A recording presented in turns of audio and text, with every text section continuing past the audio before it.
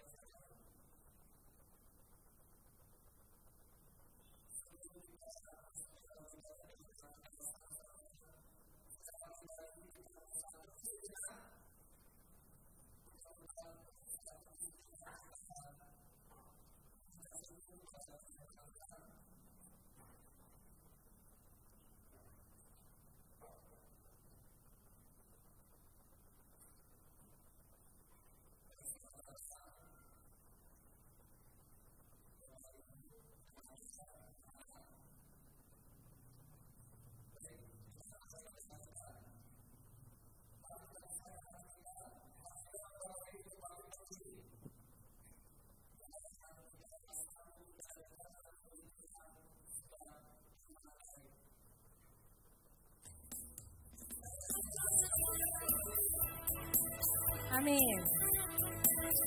Kita bersyukur dengan sukacita. Masuk gerbangnya. Masuk gerbangnya bersyukur dengan penuh pujian. Bersuka di hadapannya.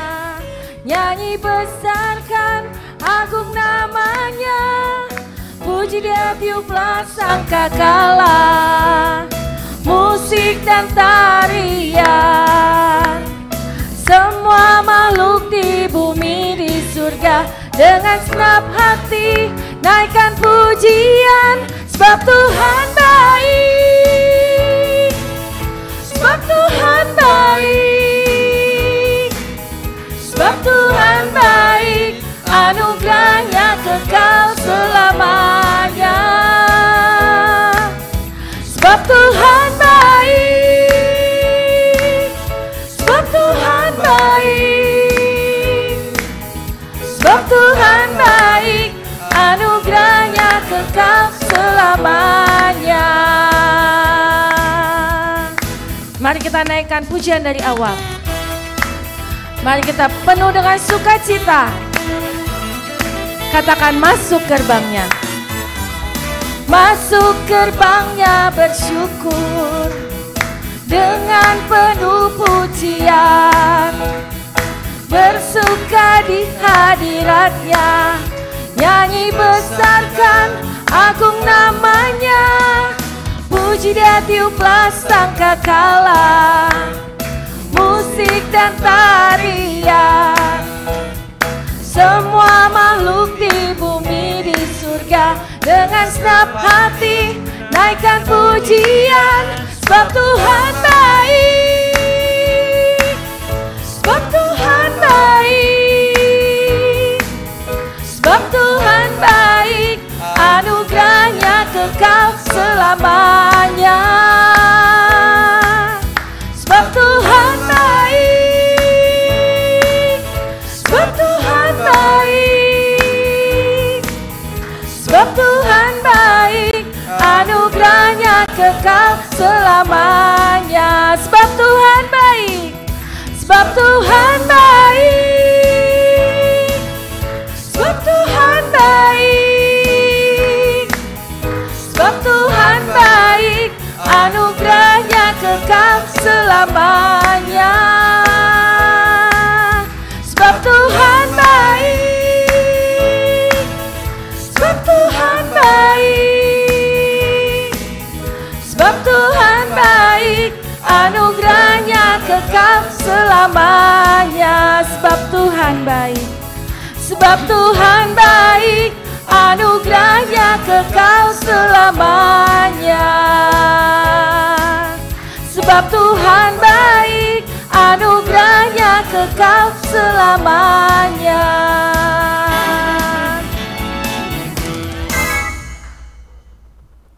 Bapak Ibu yang dikasihi Tuhan, mari kita tabiskan ibadah ini.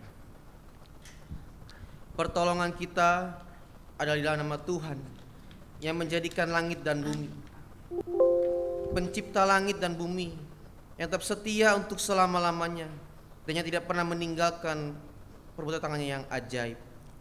Amin. Amin. Kasih karunia dan damai sejahtera dari Allah Bapa dan dari Tuhan Yesus Kristus menyertai saudara sekalian. Dan menyertai saudara juga. Nats pengantar kita pada hari ini diambil dari Yakobus pasal 1 ayat yang ke-19 sampai dengan ayat yang ke-21. Hai saudara-saudara yang kukasihi, ingatlah hal ini. Setiap orang hendaklah cepat untuk mendengar, tetapi lambat untuk berkata-kata, dan juga lambat untuk marah. Sebab amarah manusia tidak mengerjakan kebenaran di hadapan Allah.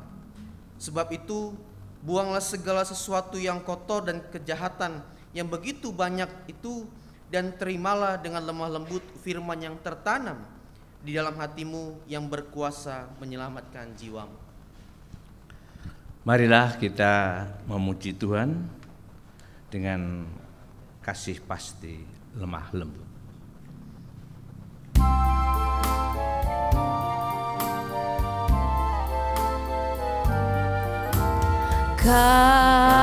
Kasih pasti lemah lembut, kasih pasti memaafkan, kasih pasti murah hati, kasih-Mu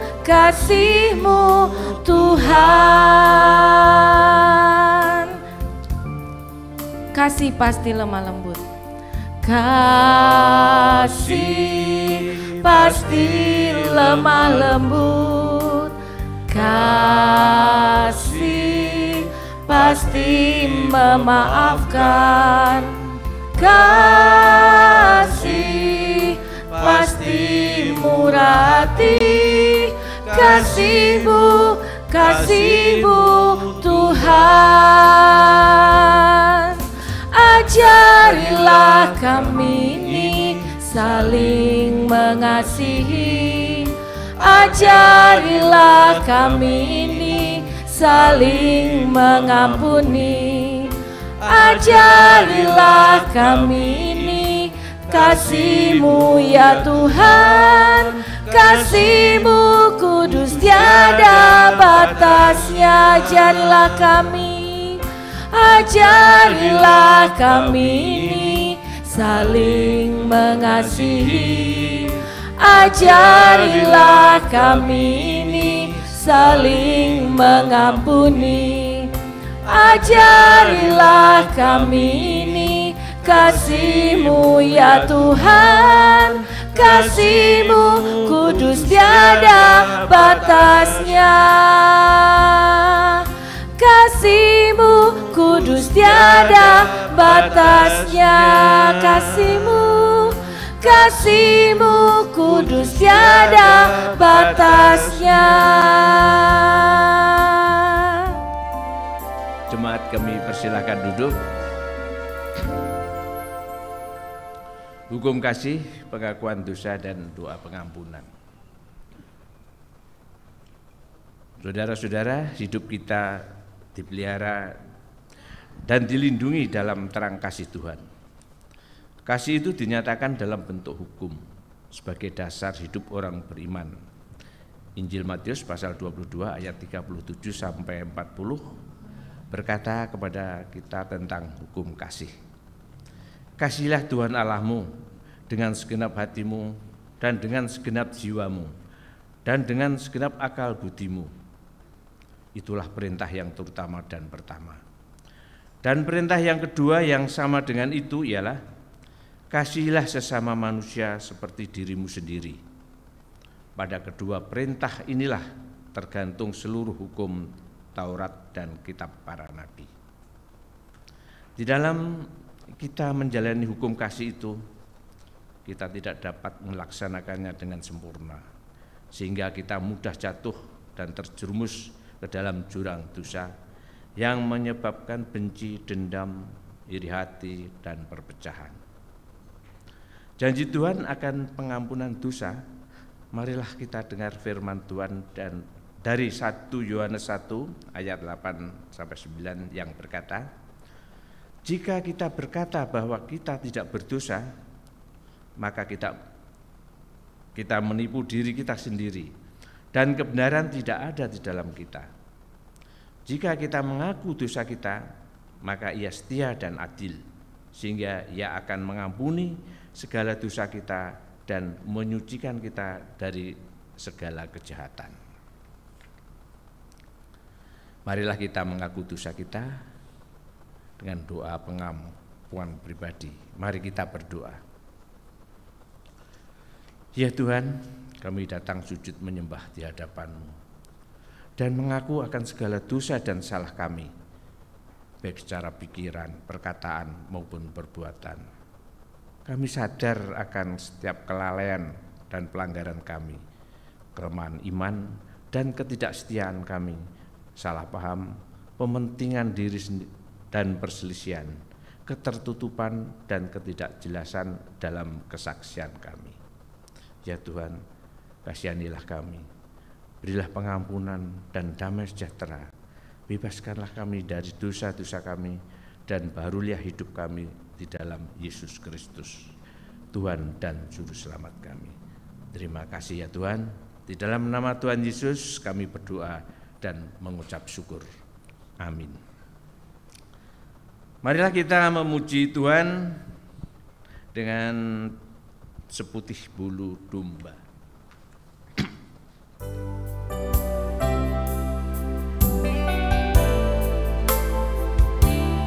Tak kau lupakan diriku,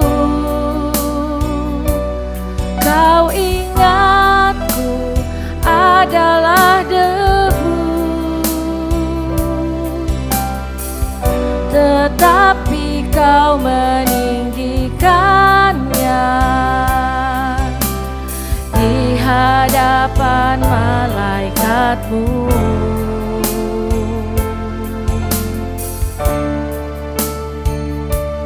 Tak kau hapuskan namaku dari kitab kehidupanmu. Kau tak malu mengakuinya di hadapan Bapa.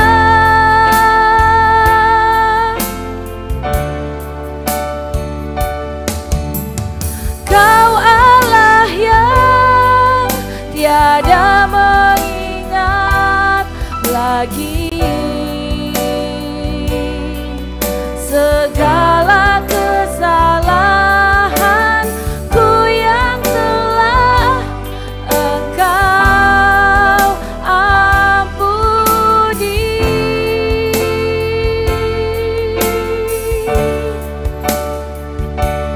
Walau dosaku merah bagai kain kesumba, Engkau menjadikanku putih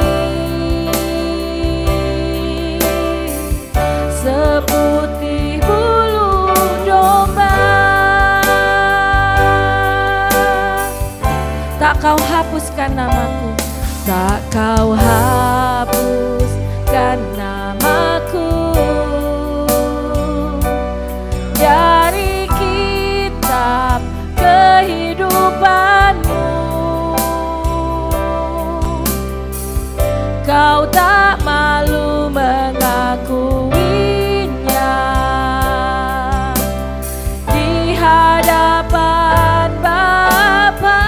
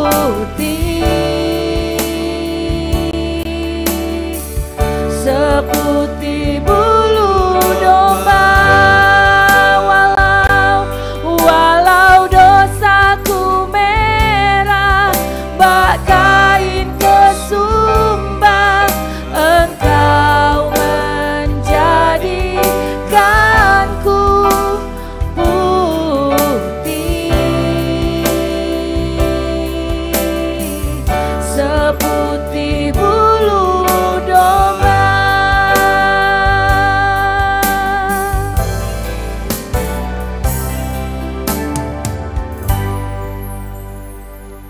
Berita anugerah. Berita anugerah terambil dari kitab Yesaya pasal yang pertama ayat yang ke-18. Demikian firman Tuhan, sekalipun dosamu merah seperti kirmizi, akan menjadi putih seperti salju. Sekalipun berwarna merah seperti kain kesumba, akan menjadi putih seperti bulu domba. Segala kemuliaan bagi Allah Bapa di surga. Kita sambut dengan memuji Tuhan, besarkan nama Tuhan.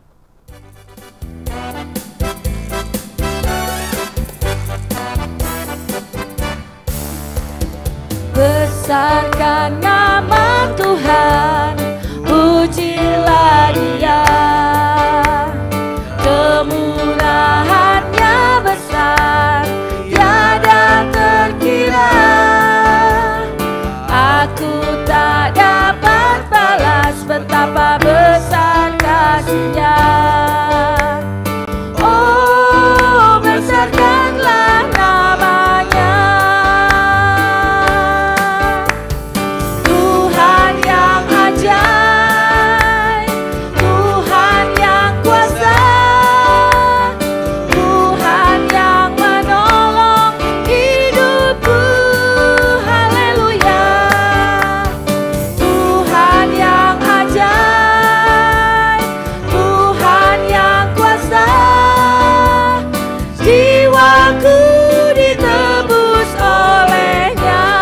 Tuhan yang ajaib, Tuhan yang ajaib, Tuhan yang kuasa, Tuhan yang menolong hidupku. Haleluya.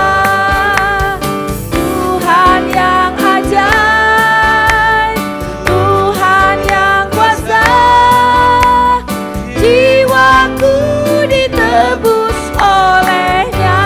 Jiwaku ditebus oleh-Nya. Jiwaku ditebus oleh-Nya. Jiwaku ditebus oleh-Nya.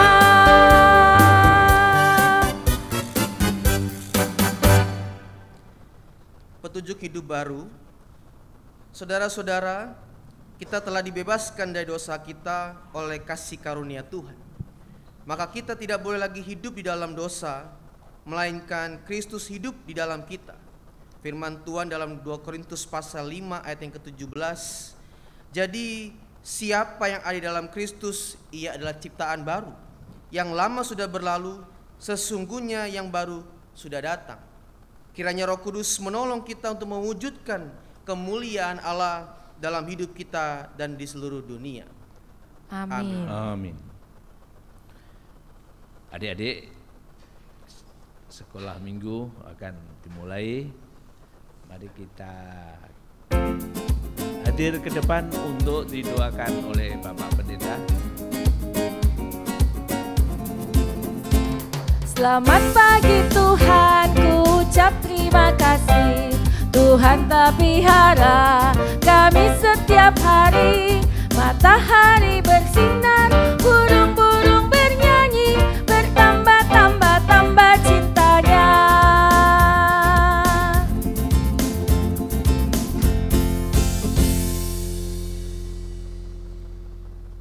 Bapak Ibu dikasih Tuhan, mari kita berdoa untuk anak cucu kita.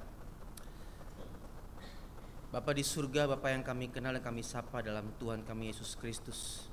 Kami bersyukur ya Tuhan untuk kesempatan yang Kau berikan bagi kami, untuk kami memiliki keturunan daripada Tuhan.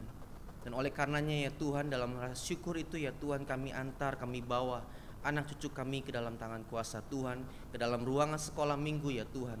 Tuhan berkati mereka menjadi anak-anak yang takut akan Tuhan, menjadi anak-anak yang berhasil di masa depan mereka ya Tuhan.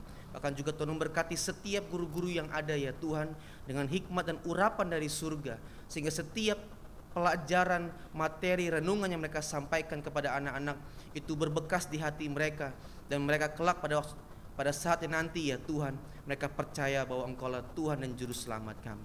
Terima kasih Tuhan, kami antar mereka masuk dalam ruangan sekolah minggu di dalam nama Tuhan Yesus. Haleluya. Amin. Selamat pagi Tuhan, ucap terima kasih.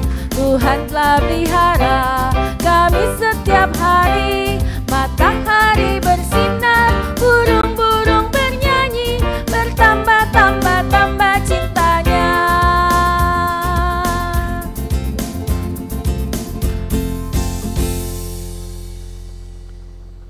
Bapak-bapak dan ibu-ibu sekalian, tibalah saatnya kita memberikan persembahan. Marilah kita mengumpulkan persembahan kita sesuai dengan firman Tuhan dari kitab Amsal 3 ayat yang 9 sampai 10 berkata, muliakanlah Tuhan dengan hartamu dan dengan hasil pertama dari segala penghasilanmu, maka lumbung-lumbungmu akan diisi penuh sampai melimpah-limpah, dan bejana pemerahanmu akan meluap dengan air buah anggurnya. Sementara kita mengantarkan persembahan, mari kita memuji Tuhan dengan bawa persembahan.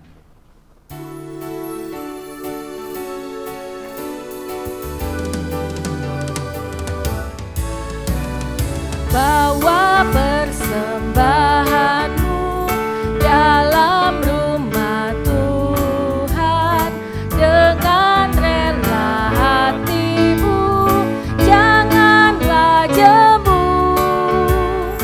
Bawa persembahanmu, bawa dengan suka, bawa persembahanmu, tanda suka cintamu, bawa persembahanmu, ucaplah syukur.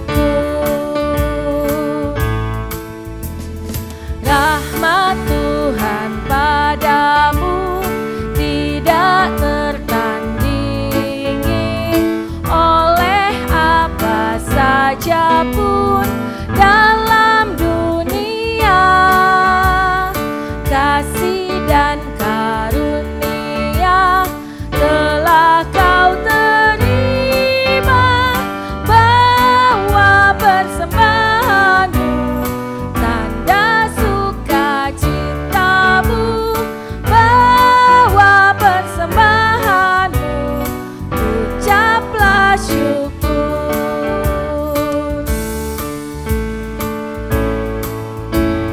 Persembahkan dirimu untuk Tuhan pakai, agar kerajaanmu jadi nyatalah. Damai dan sejahtera diberikan Tuhan. Bawa persembahanmu, tanda sukacitamu, bawa persembahanmu, ucaplah syukur. Bawa persembahanmu, tanda sukacitamu, bawa persembahanmu, ucaplah syukur.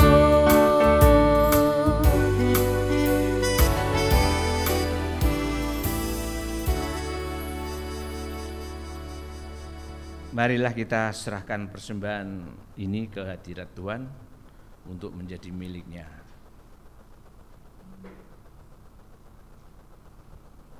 Kita berdoa bersama-sama. Ya Tuhan,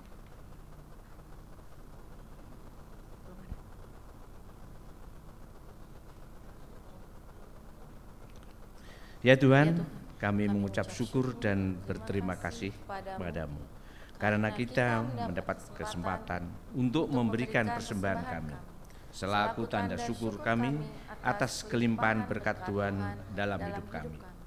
Dengan kerendahan hati kami mohon terimalah persembahan kami ini dan jadikanlah semua ini saluran berkat bagi pelayanan jemaat.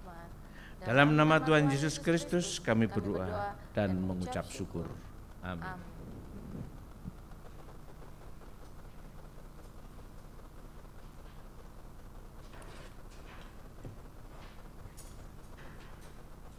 Tibalah kita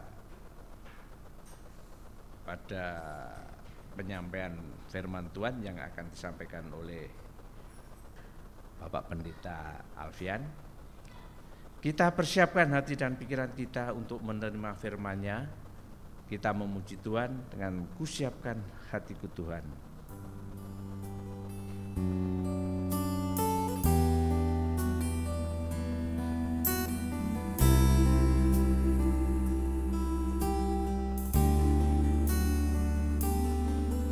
Kusiapkan hatiku Tuhan untuk dengar firman-Mu saat ini. Ku sujud menyembah-Mu Tuhan, masuk hadirat-Mu saat ini. Curahkan urapan-Mu Tuhan bagi jemaat-Mu saat ini.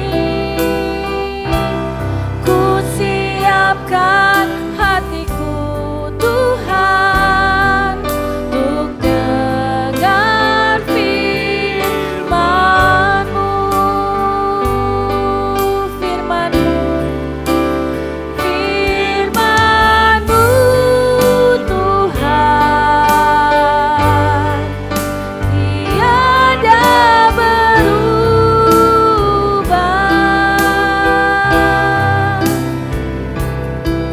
Dahulu, sekarang, selama-lamanya, tiada berubah. Firman-Mu Tuhan, penolong hidupku. Ku siapkan hatiku Tuhan untuk dengar firman-Mu. Ku siapkan hatiku Tuhan, ku siapkan hatiku Tuhan untuk dengar firman-Mu saat ini. Ku sujud menyembah-Mu Tuhan, masuk hadirat-Mu saat ini.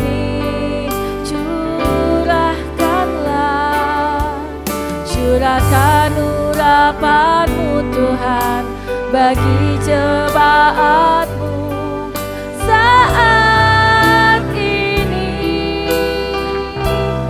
Ku siapkan hatiku Tuhan untuk dengar firman-Mu,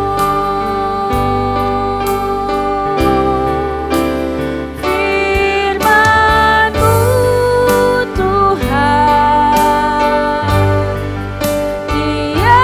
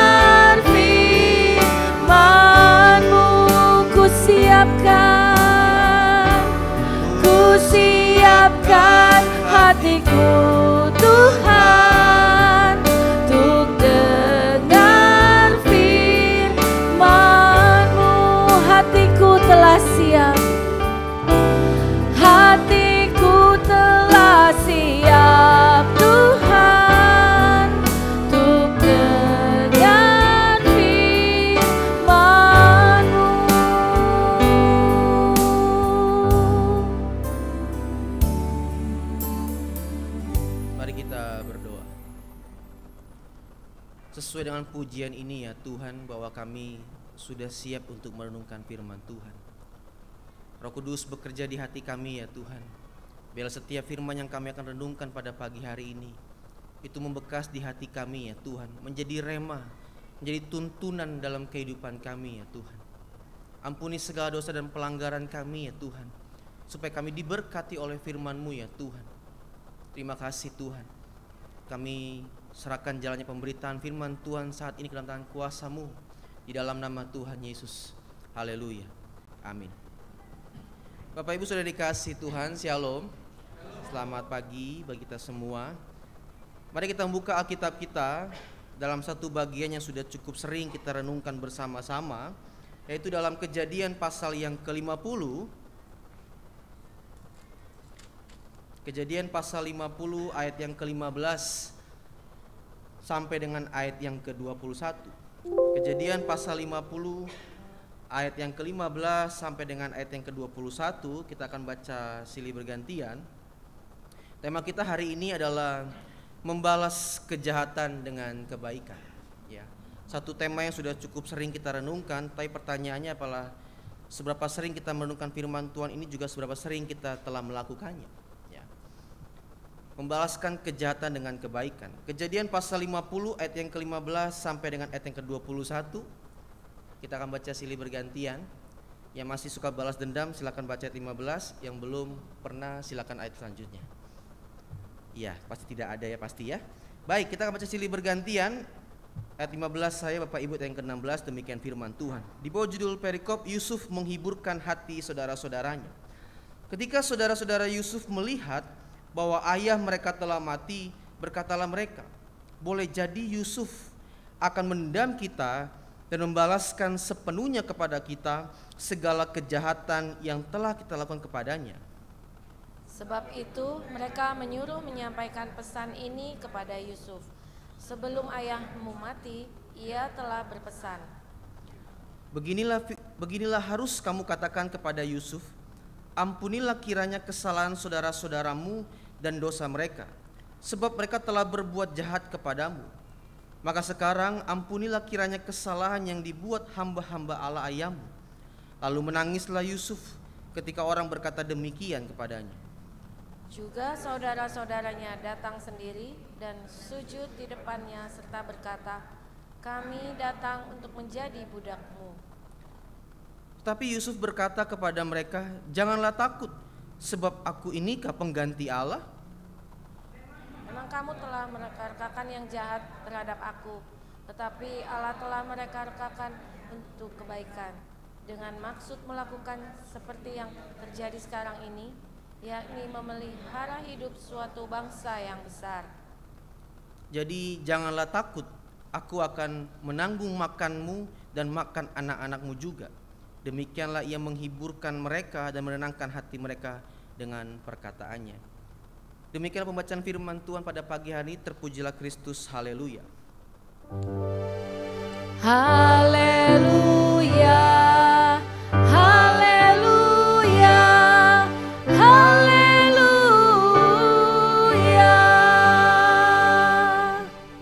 Bapak Ibu sudah dikasih Tuhan, tadi juga saya sudah awal menyebutkan bahwa tema kita hari ini adalah tema yang sudah cukup sering kita renungkan sama-sama, sudah begitu akrab di telinga kita, yaitu membalaskan kejahatan dengan kebaikan. Dalam satu bingkai kisah yang sudah cukup populer dalam telinga kita, yaitu mengenai kisah Yusuf. Namun meskipun sudah sering akrab di telinga kita, pertanyaannya adalah seberapa jauh kita sudah cukup memahami firman ini, cukup memahami tema ini, cukup merenungkan perikop ini, dan sejauh mana kita sudah melakukannya. Bapak Ibu sudah dikasih Tuhan, tentu kalau kita hari ini akan merenungkan tema mengenai membalaskan kejahatan dengan kebaikan, maka semata-mata Allah menginginkan kita sebagai umat-umatnya untuk semakin hari menjadi orang-orang yang percaya kepada Tuhan, memiliki hati yang bersih di hadapan Tuhan. Seperti nas pengantar kita tadi di awal, bahwa buanglah segala yang kotor di dalam hatimu. Tujuannya supaya setiap kita semakin hari semakin mempunyai hati yang bersih di hadapan Tuhan. Dan tentu tolak ukur dari hati yang bersih itu adalah tidak ada lagi dendam di dalam diri kita. Tentunya juga tolak ukur kita adalah ketika kita mempunyai hati yang bersih di hadapan Tuhan, ketika kita mampu membalaskan kejahatan dengan kebaikan. Kalau orang percaya masih berkata bahwa saya adalah orang-orang yang sering rajin beribadah dan mempunyai hati yang bersih, namun masih menyimpan dendam di dalam dirinya, bahkan juga tidak tega membalaskan kejahatan dengan kejahatan, maka sangat sulit sekali kita berkata bahwa dia mempunyai hati yang bersih di hadapan Tuhan. Dan oleh karena itu, apa yang dikasihi Tuhan, dengar baik pada hari ini kita akan merenungkan bersama-sama, yaitu mengenai kisah Yusuf. Bapak Ibu saudara yang dikasihi Tuhan, berkali-kali juga kita sudah mendengarkan, bahkan juga saya sering mengatakan bahwa di dalam dunia yang telah berdosa ini dan dihuni oleh orang-orang yang berdosa juga, maka yang pasti pertikaian, perselisihan, pertengkaran, kekecewaan, sakit hati tidak mungkin terhindarkan. Di dalam dunia yang sudah di dalam dosa dengan orang-orang di dalamnya yang bergumul dengan tabiatnya yang rusak ini juga adalah orang-orang yang senantiasa tidak pernah lepas atau tidak pernah terhindarkan dari yang namanya pertikaian, perselisihan, pertengkaran, sakit hati dan kekecewaan juga. Dan itu semua menjadi sebuah pengalaman hidup kita di dalam Tuhan, bersama-sama di hadapan orang-orang percaya juga, Bapak Ibu yang dikasihi Tuhan. Dan kalau kita juga mau melihat Bapak Ibu yang dikasihi Tuhan, kalau kita mau jujur ya Bapak Ibu, satu pertanyaan bagi kita sama-sama. Siapa orang-orang yang paling berpotensi untuk melukai hati kita? Halo? Ada orang di sini? Pertanyaan saya, siapa yang paling berpotensi melukai hati kita? Kalau kita kembali ke dalam bacaan kita saja Pak Ibu, kita sudah bisa mendapatkan sudah bisa mendapatkan siapa jawabannya. Orang-orang yang bisa melukai hati kita adalah orang-orang yang terdekat dengan kita. Jadi jangan berkata bahwa suami saya tidak akan pernah melukai hati saya. Justru suamimu adalah orang yang paling berpotensi besar untuk melukai hatimu. Begitu juga dengan sebaliknya. Jangan berkata bahwa istri saya adalah istri yang paling baik yang tidak akan pernah melukai hati saya. Tentu tidak. Justru dalam perjalanan kehidupan berumah tangga kita akan melihat bahwa justru orang-orang yang terdekat, orang-orang yang kita kasih adalah orang-orang yang paling berpotensi, sangat mungkin besarnya untuk melukai hati kita. Bahkan juga orang tua tentu sangat bisa dilukai hatinya oleh anak-anaknya sendiri. Oleh karena itu Bapak Ibu dikasihi Tuhan, mari kita juga coba cek sejauh mana kehidupan kita. Apakah kita semakin hari juga semakin sering melukai hati orang-orang yang kita kasih atau tidak? Seperti Yusuf yang dihianati, yang dikecewakan, yang disakiti hatinya oleh saudara-saudaranya sendiri. Kalau kita mau mundur mungkin Bapak Ibu yang dikasihi Tuhan ya, dalam Kejadian pasal 37 sampai pada Kejadian pasal ke-50, kita bisa melihat bagaimana rangkaian peristiwa penderitaan Yusuf. Ketika dia mempunyai mimpi daripada Tuhan bahwa aku akan menjadi seorang pemimpin menurut mimpinya yang diceritakan kepada saudara-saudaranya, justru saudara-saudaranya menjadi iri hati. Bapak Ibu dikasihi Tuhan, dengar baik. Ciri khas dari orang yang berdosa adalah iri hati. Dan iri hati itu menjadi sebuah persoalan dalam kehidupan kebersamaan kita. Nah, ketika Yusuf menceritakan mimpinya kepada saudara-saudara, saudara berpikir, kamu tuh adik kami loh. Kamu kok merasa kamu sepertinya akan menjadi pemimpin bagi kami. Wah, ini kurang ajar nih adik nih. Akhirnya mereka menjual Yusuf kepada pedagang Ismail menjadi seorang budak. Dengan sebuah skenario kepada ayahnya Yakub bahwa ya Yusuf telah mati dimakan binatang buas. Lalu Yusuf menjadi seorang budak di rumah Potifar. Kemudian dia dipenjara karena fitnahan dari istri Potifar. Menjadi seorang narapidana. Sebelum dia sampai pada akhirnya menjadi seorang penguasa nomor 2 di Mesir pada masa itu. Mungkin istilah zaman sekarang adalah Perdana Menteri gitu ya. Jadi penguasa nomor 2. Dan kalau kita mau coba Bapak Ibu dikasihi Tuhan mau melihat seberapa lama Yusuf menderita akibat ulah saudara-saudaranya. 13 tahun lamanya Yusuf menderita sebagai seorang budak dan seorang narapidana. Hanya karena saudara-saudaranya yang begitu jahat. Namun kita bisa lihat Bapak Ibu dikasihi Tuhan, bagaimana mungkin Yusuf bisa mengampuni saudara-saudaranya. Dan itu juga menjadi pertanyaan besar bagi kita bersama-sama Bapak Ibu yang dikasihi Tuhan. Selanjutnya mungkin bisa diteruskan selatnya. Bagaimana caranya supaya kita tidak tersakiti oleh orang terdekat kita? Tadi di awal saya mengatakan bahwa adalah orang-orang terdekat kita adalah orang-orang yang bisa melukai hati kita. Maka pertanyaannya adalah bagaimana kita bisa terhindar dari orang-orang yang melukai hati kita adalah orang-orang yang terdekat kita. Saya hanya bisa berkata bahwa kita harus perlu menjaga kedekatan relasi kita dengan orang-orang dalam batas yang cukup. Saya tidak pernah melihat ada satu pengajar yang mengatakan bahwa kamu harus begitu dekat dengan dia atau terlalu jauh dengan dia. Yang benar adalah kita cukup dekat dengan dia. Bapak Ibu bisa bayangkan kalau misalnya ada seseorang yang begitu dekat, selalu ngintilin kemana-mana, misalnya suami atau istri gitu ya, selalu ngintilin kemana suaminya pergi, ngapain pun suaminya diintilin, istrinya ngapain pun diintilin juga. Pertanyaannya, apakah bisa tumbuh sebuah hubungan yang sehat? Tentu tidak. Apakah bisa ada kepercayaan tumbuh di antara mereka berdua? Tentu tidak. Justru yang namanya ketidakpercayaan, rasa curiga semakin diperbesar hanya karena terus mengintili. Tadi saya bilang mengintili terus ada yang ketawa-ketawa gitu ya. Pasti tidak nyaman. Jadi we have to close enough ketika kita mempunyai sebuah relasi yang dibangun atau kita sudah mempunyai relasi yang begitu dekat dengan orang-orang di sekitar kita. Kita harus memberi ruang atau jarak supaya relasi yang kita bangun itu bertumbuh secara sehat di dalam. Dan ini juga menjadi pelajaran kita bersama-sama yang dikasihi Tuhan, bahwa dalam kehidupan sehari-hari kita tidak pernah bisa menghindarkan yang namanya perselisihan. Sehingga kita perlu yang namanya mempunyai kedekatan dengan orang-orang di sekitar kita yang batasnya cukup saja. Tentu kalau saudara berkata kepada firman Tuhan pada hari ini 13 tahun kalau Yusuf menderita sebagai seorang budak dan narapidana akibat ulah saudara-saudaranya. Tetapi pada tahun yang ke-13, khusus dalam pasal yang ke-49 sampai ke pasal 50, di tahun yang ke-13 pula keluarga-keluarga Yusuf berpindah ke Mesir, artinya tinggal bersama dengan Yusuf pada masa itu. Maka yang menjadi persoalannya adalah bagaimana Yusuf bisa menerima saudara-saudaranya dan mengampuni saudara-saudaranya. Bagaimana Yusuf bisa menerima saudara-saudaranya yang sudah begitu jahat kepadanya. Yusuf dijual sebagai seorang budak. Kalau bahasa zaman sekarang teganian. Adiknya sendiri dijual, kakaknya sendiri pun juga dijual. Adiknya Yusuf itu adalah Benyamin. Benyamin sepakat untuk juga menjual kakaknya.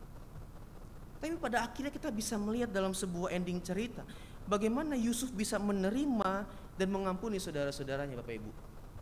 Mari kita perhatikan ayat yang ke-20. Memang kamu telah mereka-rekakan yang jahat terhadap aku. Sampai di situ. Next. Maka jawabannya adalah ketika kita bertanya bagaimana Yusuf bisa menerima dan mengampuni saudara-saudaranya selanjutnya, maka kita harus berani mengakui, bukan menyangkali hati yang sudah terluka. Ketika Yusuf berkata, memang kamu telah mereka-rekakan yang jahat terhadap aku. Ketika saudara-saudara Yusuf datang kepada Yusuf melalui perantaraan, pakai pihak ketiga supaya tidak langsung binasa mereka, karena mereka berpikir bahwa Yusuf mempunyai segalanya, punya kesempatan, kemampuan untuk bisa menghabisi saudara-saudaranya, apalagi ayahnya sudah tidak ada. Makanya dalam suratnya dikatakan ayahmu berpesan, ampunilah. Artinya apa? Yusuf begitu takut dan mengasihi ayahnya, dan saudara-saudaranya bersembunyi di balik ketiak ayahnya sendiri. Tapi bagaimana Yusuf bisa mengampuni saudara-saudaranya? Ini menjadi perenungan secara pribadi, Bapak Ibu. Kita harus berani mengakui bahwa hati kita sudah terluka. Jangan menyangkali bahwa hati kita ini sudah terluka. Budaya Indonesia ini ya nggak apa-apa kok gitu kan. Kita bisa naik busway gitu ya, atau naik kereta. Udah hampir setengah jam kita keinjak sama orang lain gitu kan. Kita colek, Pak, mohon maaf nih Pak, kakinya nimpa kaki saya nih. Oh maaf, sakit gak? Enggak sakit. Padahal ya nggak sakit lah, lo yang injak kaki gue yang sakit harusnya. Tapi kita berusaha untuk tidak mau mengatakan bahwa saya sudah terluka karena kakimu injak kaki saya. Nah budaya-budaya seperti itu yang saya ingin katakan kepada kita, kita harus berani mengakui bahwa aku sudah terluka oleh karena perbuatanmu yang jahat, oleh karena kesalahanmu. Kita harus berani mengatakan kepada istri kita, kepada suami kita, kepada anak-anak kita, bahwa kamu telah mengecewakan saya. Kamu telah melukai hati saya. Kenapa? Ketika kita berani mengakui bahwa hati kita telah terluka oleh karena perbuatan orang-orang terdekat kita, itu adalah kunci awal hati yang dipulihkan dan relasi yang dipulihkan. Amin. Ada orang di sini Bapak Ibu. Ketika kita berani mengakui bahwa aku telah terluka hatinya oleh karena perbuatanmu, itu adalah sebuah awal pemulihan dari hati yang dipulihkan dan relasi juga yang dipulihkan oleh Tuhan. Pasal kehidupan terakhir kehidupan kita bukan sebuah kehancuran Bapak Ibu, tapi adalah pemulihan dari Tuhan. Seberapa besar, seberapa berat pun persoalan yang kita hadapi, sebagaimana rusaknya pun juga relasi yang kita punya, tapi tetap ending dari relasi yang kita punya, ending dari hubungan yang kita punya tidak pernah lepas dari namanya pemulihan daripada Tuhan. Bukan kehancuran, tapi kepemulihan daripada Tuhan. Jadi ketika kita harus berani mengakui bahwa kita sudah terluka, bahwa hatiku terluka oleh karena perbuatan, karena itu adalah awal dari pemulihan hati dan relasi yang dipulihkan. Jangan pernah kita membiarkan hati kita ini menyimpan perasaan-perasaan yang negatif. Sebab hati kita ini bukan tempat sampah Bapak Ibu. Harusnya hati kita dipenuhi dengan sukacita, dengan hal-hal yang baik, hal-hal yang damai sejahtera, bukan menyimpan kekecewaan, bukan menyimpan dendam, bukan menyimpan iri hati dan lain sebagainya. Tapi harusnya menyimpan hal-hal surgawi dalam hati kita. Makanya ketika kita mempunyai kekecewaan kepada seseorang, kita harus berani mengatakan bahwa aku kecewa kepadamu. Tentu kalau kita bertanya bagaimana kita menyampaikan kekecewaan kita kepada orang lain atau kepada orang-orang terdekat kita, kita tentu akan diberi hikmat kepada Tuhan bagaimana dan kapan untuk bisa menyampaikan itu. Alkitab mencatat bahwa Yusuf tidak pernah menceritakan keluh kesahnya, kekecewaannya, kegelisahannya, patah hatinya, sakit hatinya kepada orang-orang di luar sana. Ketika dia menjadi seorang nabi ataupun menjadi seorang budak. Tidak. Dia menyimpan itu semua. Tapi dalam kedaulatan Tuhan, tiba di akhirnya, Yusuf harus mengatakan bahwa aku telah kecewa karena kamu. Tapi kita tidak hanya berhenti pada berani mengakui bahwa aku kecewa. Ada langkah selanjutnya. Apa langkah selanjutnya Bapak Ibu? Ya nanti teruskan saja dulu khotbah ini ya. Kalau tadi saya mengatakan bahwa kita berani mengakui itu adalah awal dari pemulihan.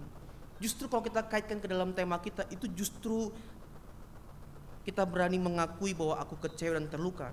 Itu adalah kita berani menutup pintu dendam. Saya percaya orang-orang yang telah sakit hati dan menyimpannya berpuluh-puluh tahun atau sekian lamanya, itu pasti di dalam hatinya sudah akan muncul niat untuk membalaskan. Tidak mungkin.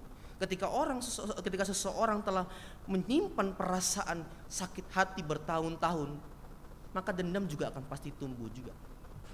Tapi ketika kita berani memutuskan hari ini juga untuk mengatakan bahwa aku mengampuni kamu, aku menerima kamu kembali sebagai saudaraku, sebagai orang yang kukasihi, pada saat itu juga kita menutup pintu dendam untuk dilaksanakan.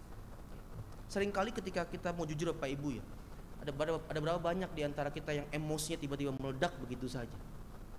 Sekian puluh tahun saya menyimpan ini karena ulahmu. Kamu tinggalkan kami dengan anak-anak. Akhirnya apa? Disimpan nanti meledak. Tapi kalau kita bisa menyimpan itu dan melihat dalam kacamata yang benar Bapak Ibu, ketika meledak pun itu dalam hal yang baik. Kita bisa mengampuni mereka. Makanya saya ingin mengatakan kepada kita semua Bapak yang dikasihi Tuhan, prinsip kita dalam kehidupan bersama sebagai orang-orang percaya, memilih untuk membenci seseorang adalah pilihan untuk sakit yang berkepanjangan. Itu prinsip dalam kehidupan bersama sebagai orang-orang percaya. Ketika kita memilih untuk menyimpan dendam, menyimpan kebencian kepada orang lain, itu kita memilih untuk sakit berkepanjangan. Dunia medis sudah mengatakan dan membuktikan bahwa orang-orang yang menyimpan iri hati, dendam, sakit hati kepada orang-orang bertahun-tahun, itu akan menimbulkan banyak penyakit-penyakit kronis setelahnya. Ya. Serangan jantung lah, apalagi ya. Segala kepahitan-kepahitan yang disimpan itu akan menimbulkan sakit penyakit. Oleh karena itu kita harus membuang segala hal itu. Makanya bukan sebuah kebetulan kalau kita mengatakan bahwa hati yang gembira adalah obat yang manjur, tapi semangat yang patah meremukan tulang. Hati yang gembira itu dimulai ketika kita berani mengampuni orang-orang di sekitar kita. Hati yang selalu penuh dengan sukacita Tuhan itu dimulai ketika kita berani melepaskan pengampunan bagi orang-orang di sekitar kita yang telah berbuat jahat kepada kita. Oleh karena itu beranilah mengakui bahwa kita telah terluka, supaya kita tidak mampu membalaskan kejahatan dengan kejahatan, melainkan supaya kita berani membalaskan kejahatan dengan kebaikan. Harus bermula dari pengampunan, baru kita bisa melakukan tema ini, membalaskan kejahatan dengan kebaikan. Sangat tidak mungkin kita bisa melakukan firman Tuhan, membalaskan kejahatan dengan kebaikan kalau hati kita mempunyai dendam. Itu hanya manipulatif. Selamat pagi. Tapi di sini, nanti kau ya tunggu. Di sini gini. Ya. Makanya saya suka dengan beberapa tradisi di gereja-gereja modern pada hari ini, Bapak Ibu. Ketika ada seorang jemaat mungkin terluka oleh karena perkataan jemaat lain, dia harus berani menyampaikan dengan penuh kerendahan hati bahwa maaf ya, tadi perkataanmu cukup menyinggung perasaan saya. Itu harus berani dibangun sejak sekarang. Tentu kalau kita datang dalam keadaan yang rendah hati, datang dalam kesantunan, kesopanan, dengan nada yang lembut kita mengatakan kepada orang yang melukai, maaf ya tadi perkataanmu itu cukup menggores hati saya. Tentu reaksi orang ketika melihat pernyataan yang dalam nada yang santun, dalam bahasa tubuh yang baik, dia juga tidak akan tersinggung juga. Ya. Beda kalau emang dia tidak mau berubah, Bapak Ibu. Saya pernah ngeliat, Bapak Ibu ya, ada orang diinjek kakinya di kereta gitu ya. Maaf Pak, terus malah dimarahin balik, kakinya diinjek balik. Ya.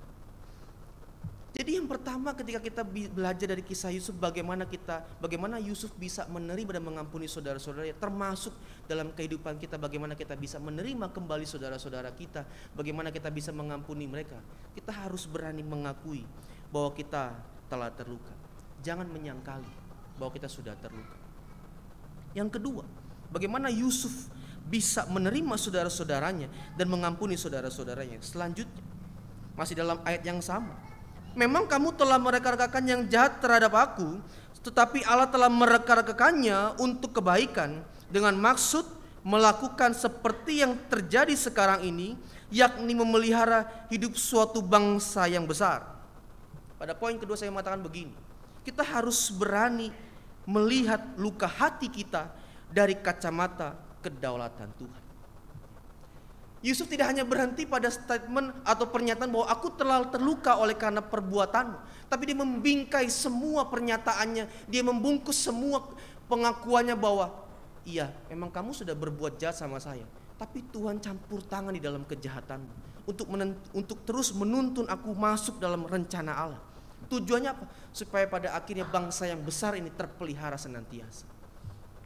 Kita tahu bersama-sama apa yang dikasih Tuhan bahwa Allah telah menjanjikan keturunan yang sangat banyak bagi Abraham, yang pada akhirnya akan disebut sebagai bangsa Israel. Lalu saudara bisa bayangkan bagaimana mungkin ketika Allah menjanjikan sebuah bangsa yang besar kepada Abraham, lalu di Kanaan mereka mati kelaparan 7 tahun. Namun pada akhirnya ketika Allah yang menjanjikan keturunan kepada Abraham menjadi bangsa yang besar, dan melaluinya semua bangsa diberkati, Allah tanggung jawab atas setiap janjinya kepada Abraham. Ketika akan terjadi masa 7 tahun kelaparan, ternyata Allah telah menyiapkan terlebih dahulu Yusuf untuk menjaga bangsa yang begitu besar, terpelihara senantiasa. Jadi jangan stop pada pengakuan bahwa aku telah terluka, tapi bungkuslah itu dalam pengakuan perspektif Allah yang berdaulat atas hidup.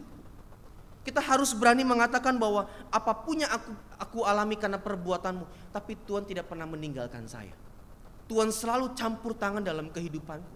Sesakit apapun yang aku alami melalui karena perbuatanmu, tapi Tuhan juga terus menyertai masa-masa kesakitanku. Makanya Yusuf bisa berkata bahwa tetapi Allah telah mereka-rekannya untuk kebaikan. Allah juga turut campur tangan mengerjakan sesuatu yang baik di dalam peristiwa yang pahit yang dialami oleh Yusuf pada masa itu. Makanya Yusuf bisa berkata bahwa Allah telah mereka-rekannya untuk kebaikan. Jadi kalau Yusuf misalnya tidak membingkai semua hatinya yang terluka dengan pernyataan mengenai Allah telah berkarya juga, pasti Yusuf bisa membalaskan kejahatannya saudara-saudaranya. Dia seorang perdana menteri, orang yang sangat berpengaruh di Mesir pada masa itu. Dia punya kesempatan dan kemampuan untuk bisa balas dendam. Tapi Yusuf justru membingkai kekecewaannya dengan alam mereka-rekannya untuk kebaikan. Roma pasal 8 ayat yang ke-28, satu ayat yang sudah sering kita renungkan juga Bapak Ibu.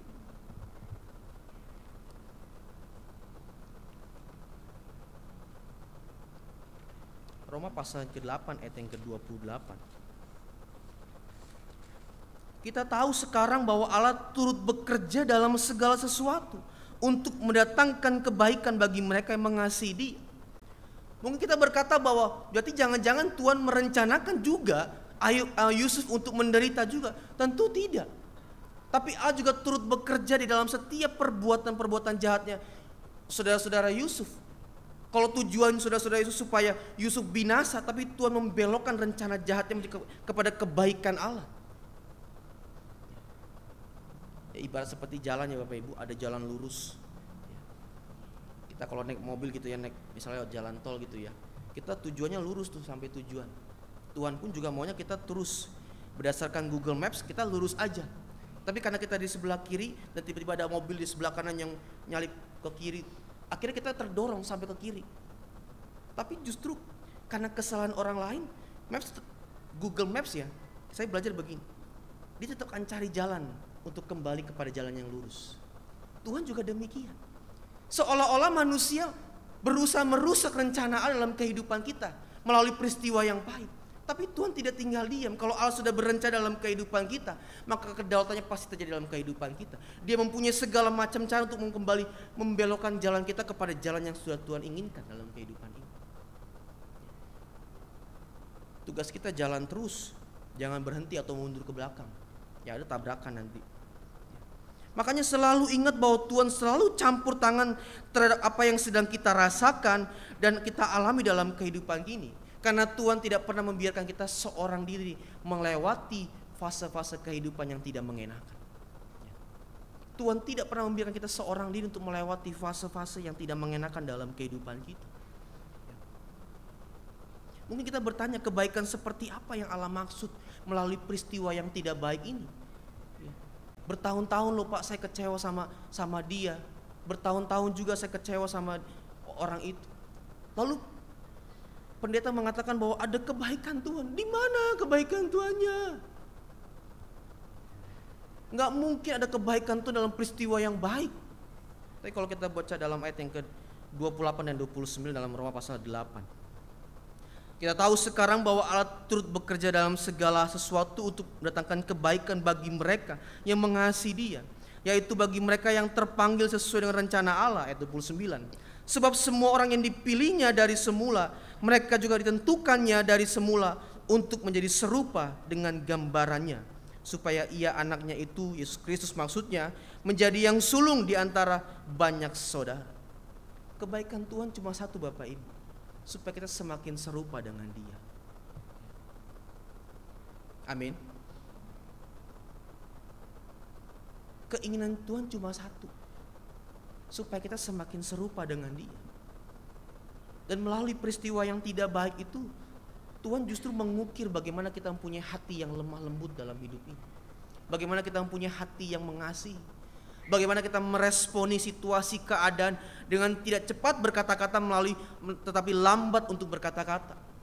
Tidak cepat marah tapi kita justru dengan penuh kelemah lembutan hati bersabar dalam menghadapi keadaan-keadaan itu. Itu sebuah rencana Allah. Kita semakin serupa dengan Dia. Bahkan juga kalau kita perhatikan dalam kehidupan sehari-hari, justru kebaikan Tuhan melalui peristiwa yang tidak baik itu atau peristiwa-peristiwa yang pahit, kita mau jadi semakin dekat dengan Tuhan. Betul gak? Ada banyak orang-orang Kristen yang ketika mengalami situasi yang tidak baik justru makin dekat dengan Tuhan. Dan Tuhan pakai situasi itu supaya kita makin dekat dengan Dia. Tuhan izinkan sesuatu yang tidak baik bagi kita terjadi dalam kehidupan kita.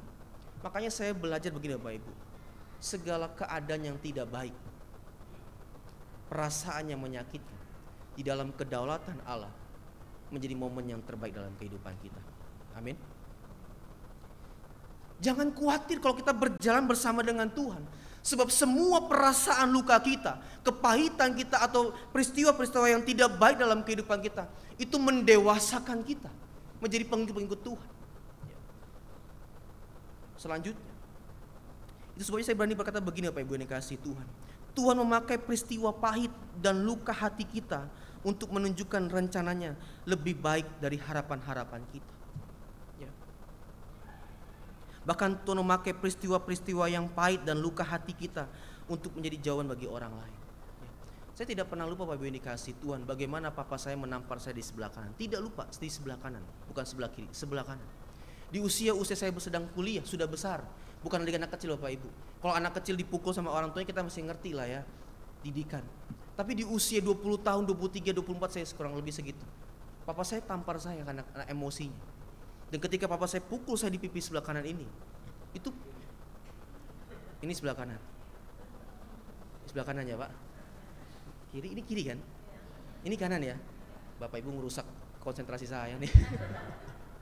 Kiri ya ini ya. Nah ini kanan ya. Nggak lupa sebelah kanan.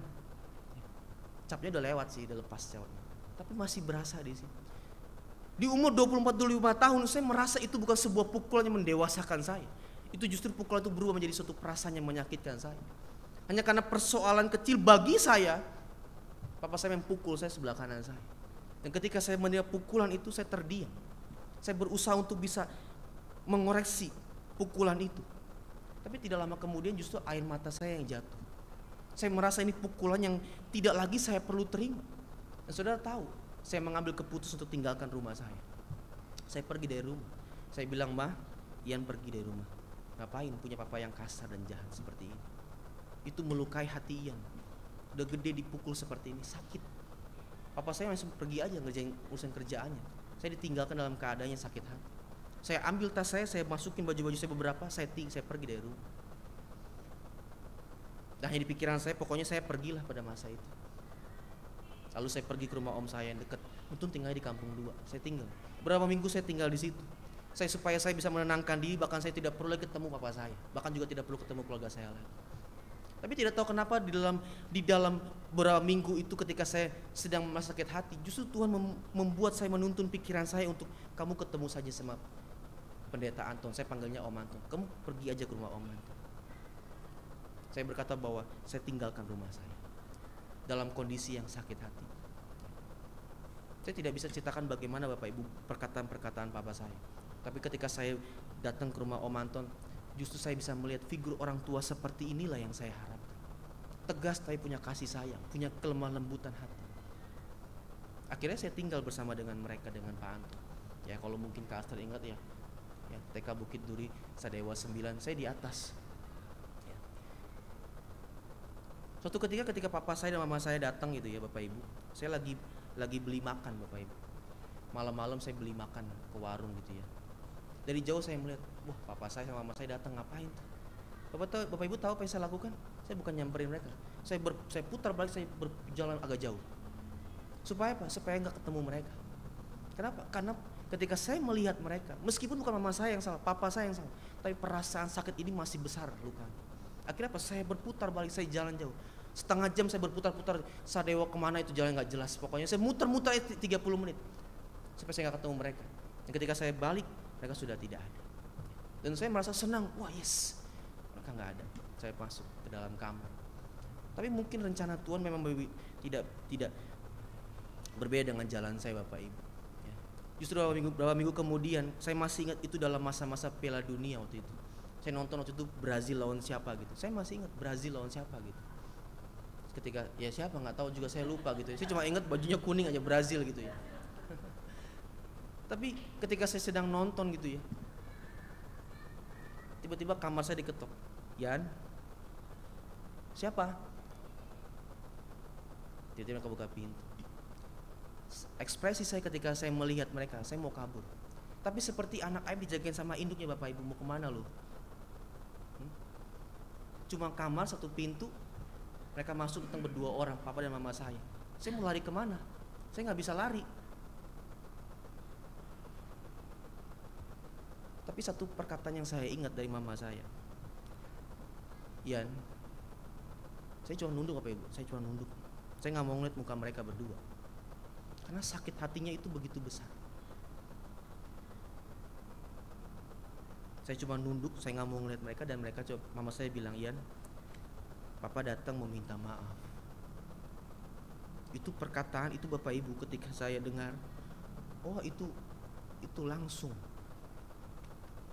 nancap di hati saya, dan itu langsung membuat saya menangis besar di hadapan Tuhan. Saya nggak mau mengampuni dia, tapi pada akhirnya ketika mama saya datang, Ian, Papa datang mau minta maaf. Papa saya meluk saya, Bapak Ibu. Dan saya bersyukur melalui peristiwa itu saya digulingkan hati saya.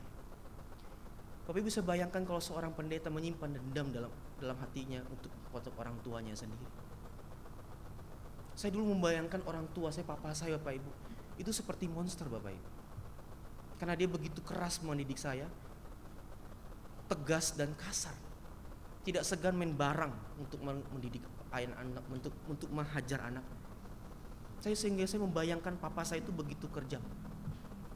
Tapi ketika melalui peristiwa itu, satu hal yang saya pelajari dan saya terima sampai hari ini, figur papa saya berubah dalam pandangan saya.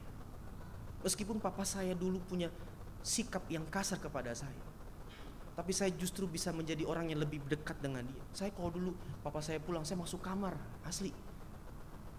Yan, buka pintu, papa pulang. Saya buka pintu, saya langsung masuk kamar lagi. Karena bagi saya yang pulang bukan papa, monster, Pak. Menakutkan. Tapi ketika momen itu terjadi dalam kehidupan saya, bagaimana Tuhan mengizinkan luka hati saya kepada papa saya sendiri. Justru bingkai yang saya lihat mengenai papa saya yang begitu kasar dan kejam, itu berubah menjadi seorang ayah yang namanya juga seorang ayah. Pasti punya keterbatasan dalam mengekspresikan kasih sayang. Dan saya tidak pernah membayangkan sebelum-sebelum Bapak Ibu. Dulu saya membayangkan bahwa ya kalau pergi sama-sama papa saya, itu pergi bareng sama orang tua aja, sama keluarga-keluarga yang lain. Tapi ketika mama saya pergi ke Manado ya, bersama dengan adik saya bisa pergi nonton berdua dengan papa saya di bioskop. Pergi nonton, dan pergi makan. Itu berdua. Dulu saya gak pernah membayangkan pergi nonton sama papa saya. Kenapa? Karena gak mungkin. Wong saya pergi aja seperti kayak basah kuyup rasanya. Takut banget. Tapi pada saat itu ketika hati dipulihkan, relasi yang dipulihkan, saya bisa pergi dengan papa saya nonton berdua, makan bersama. Bahkan jangankan pergi nonton Bapak Ibu, ngomong aja itu takut-takut.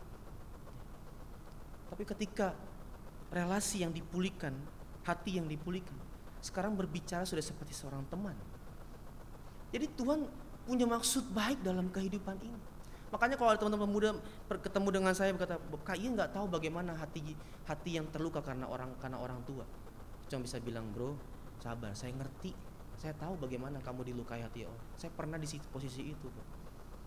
Jadi semua perasaan luka kita, peristiwa pahit yang kita alami, Tuhan bisa mengubah itu menjadi momen yang indah dalam kehidupan kita. Bahkan setiap perasaan pahit kita, luka hati kita, Tuhan bisa pakai menjadi sebuah jawaban, kesaksian bagi orang lain di hadapan Tuhan. Jadi Bapak Ibu ini kasih Tuhan, makanya kita perlu melihat segala sesuatu dalam bingkai kedaulatan Tuhan. Jangan cuma melihat dengan kacamata kita sendiri, tapi pakai dengan kacamata Tuhan. Bahwa segala sesuatu itu mendatangkan kebaikan bagi orang-orang yang mengasihi Dia, yang telah ditentukan oleh Allah dari semula untuk menjadi serupa dengan Dia. Dan kalau Bapak Ibu hari ini mengalami hal seperti itu, yakinilah bahwa Tuhan campur tangan dalam kehidupan kita. Ya. Perasaan sakit hati, luka itu menjadi perasaan yang indah yang bisa Tuhan ubah nantinya ke depan. Ya. Tuhan memakai peristiwa pahit dan luka hati kita untuk menjadi jawaban bagi orang lain. Ya. Karena orang-orang yang telah dipulihkan Tuhan bisa memulihkan orang lain. Amin. Tapi kalau orang-orang yang hidup dalam kebencian, sakit hati, maka sudah pasti kecenderungannya melukai hati orang lain. Saudara tinggal pilih, mau pilih yang mana? Yang terakhir Bapak Ibu. Ini terakhir Bapak Ibu ya. Mungkin saudara berkata begini, mengapa kita harus mengampuni orang di sekitar kita? Mengapa kita harus mengampuni orang-orang yang telah berbuat jahat kepada kita? Selanjutnya, kita buka dalam Matius pasal yang ke-18. Satu bagian terakhir Bapak Ibu. Matius pasal 18 ayat yang ke-21. Ya. Mengapa kita harus mengampuni orang-orang yang bersalah kepada kita? Ayat yang ke-21 Matius pasal 18. Kemudian datanglah Petrus dan berkata kepada Yesus, "Tuhan, sampai berapa kali aku harus mengampuni saudaraku jika ia berbuat dosa terhadap aku?" Ya. Perhatikan Bapak Ibu, kata saudaraku. Lagi-lagi orang yang berpotensi melukai hati kita adalah saudara kita, orang-orang terdekat kita. Lalu Petrus mengatakan sampai 7 kali. 7 kali adalah simbol kesempurnaan mengampuni dalam tradisi Yahudi. Tapi Tuhan berkata, bukan, aku berkata kepadamu, bukan sampai 7 kali, melainkan sampai 70 kali 7 kali. Lalu Tuhan Yesus memberikan sebuah ilustrasi atau perumpamaan. Ada seorang yang berhutang kepada raja. Dikatakan dalam ayat yang ke-24, berhutang 10.000 talenta. Kemudian hutangnya dihapuskan oleh raja itu karena dia terus meminta untuk dihapuskan, Dan karena belas kasihan, ayat yang ke-27, lalu tergeraklah hati raja itu oleh belas kasihan akan hamba itu, sehingga ia membebaskan dan menghapuskan hutangnya. Tapi ketika seorang yang berhutang 10.000 talenta ini ketemu sama temennya yang berhutang, Bapak Ibu, ya, hanya 100 dinar. Ya Bapak Ibu gak perlu capek-capek belajar ya, saya sampai aja. Pokoknya lebih gede 10.000 talenta dibanding 100 dinar. Ya. Bapak Ibu kalau mau belajar nanti baca di rumah aja ya, nanti makin lama gitu kan. Pokoknya 10.000 talenta itu lebih gede harganya, hutangnya lebih gede daripada yang 100 dinar. Tapi ketika si hamba yang sudah diampuni atau sudah dihapuskan utangnya, ketika ketemu temannya yang berhutang 100 dinar, dia berkata, balikin gak utang lo? Hah? Balikin gak? Lu udah ngutang sama gue lo, kurang ajar lo, balikin gak? Dia marah begitu besar. Tapi ketika raja itu melihat bahwa ini orang sudah dihapuskan utangnya 10.000 talenta, tapi dia ketemu sama temannya yang berhutang 100 dinar, dia gak mau mengampuni. Jadi kalau kita bertanya, mengapa kita harus mengampuni saudara? Ilustrasi ini menjadi sebuah gambaran yang besar dalam kehidupan kita, bahkan jadi PR bagi orang-orang percaya yang masih sulit mengampuni orang, bahkan cenderung membalaskan kejahatan dengan kejahatan. Kenapa kita harus mengampuni? Karena kita telah diampuni oleh Tuhan. Dosa kita lebih besar daripada hutang kita kepada orang lain ataupun utang orang lain kepada kita. Kesalahan orang lain lebih besar, lebih kecil dibanding kesalahan kita kepada Tuhan. Tapi Tuhan menghapuskan segala dosa dan pelanggaran kita yang begitu besar. Dan oleh karenanya Tuhan menginginkan kita untuk meneruskan pengampunan itu kepada orang lain yang bersalah kepada kita. Kita harus bisa selalu melihat bahwa saya adalah orang-orang yang diampuni oleh Tuhan. Saya adalah orang-orang yang telah menerima belas kasihan Tuhan, yang semestinya tidak boleh menerima belas kasihan Tuhan. Tapi karena Tuhan begitu mengasihi saya, Tuhan mengampuni saya, dan semua pelanggaran saya dihapuskan oleh Tuhan. Sehingga kalau ada orang lain yang berbuat salah kepada saya pun juga harus meneruskan pengampunan itu kepada mereka. Kita gak boleh menahan-nahan pengampunan itu kepada orang lain. Kenapa? Sebab Tuhan ingin memakai pengampunan kita kepada mereka untuk menunjukkan kasih Tuhan yang besar kepada dunia ini juga ada bagi mereka. Amin. Selanjutnya, jadi membalaskan kejahatan dengan kebaikan adalah cara untuk menunjukkan bahwa tidak ada dosa yang tidak terampuni, tidak ada kesalahan yang sulit dimaafkan. Sebab Kristus telah mengampuni dosa kita dan ingin menunjukkan pengampunannya bagi dunia melalui kita. Jangan berkata bahwa saya mau jadi alatnya Tuhan. Jangan berkata kita mau menjadi saksinya Tuhan kalau kita saja sulit untuk mengampuni orang lain. Jangan kita berkata bahwa Tuhan pakai saya untuk jadi berkat bagi orang lain kalau saya pun tidak mau mengampuni orang yang bersalah kepada saya. Tidak bisa. Kita harus berani memberikan pengampunan kepada mereka yang bersalah kepada kita.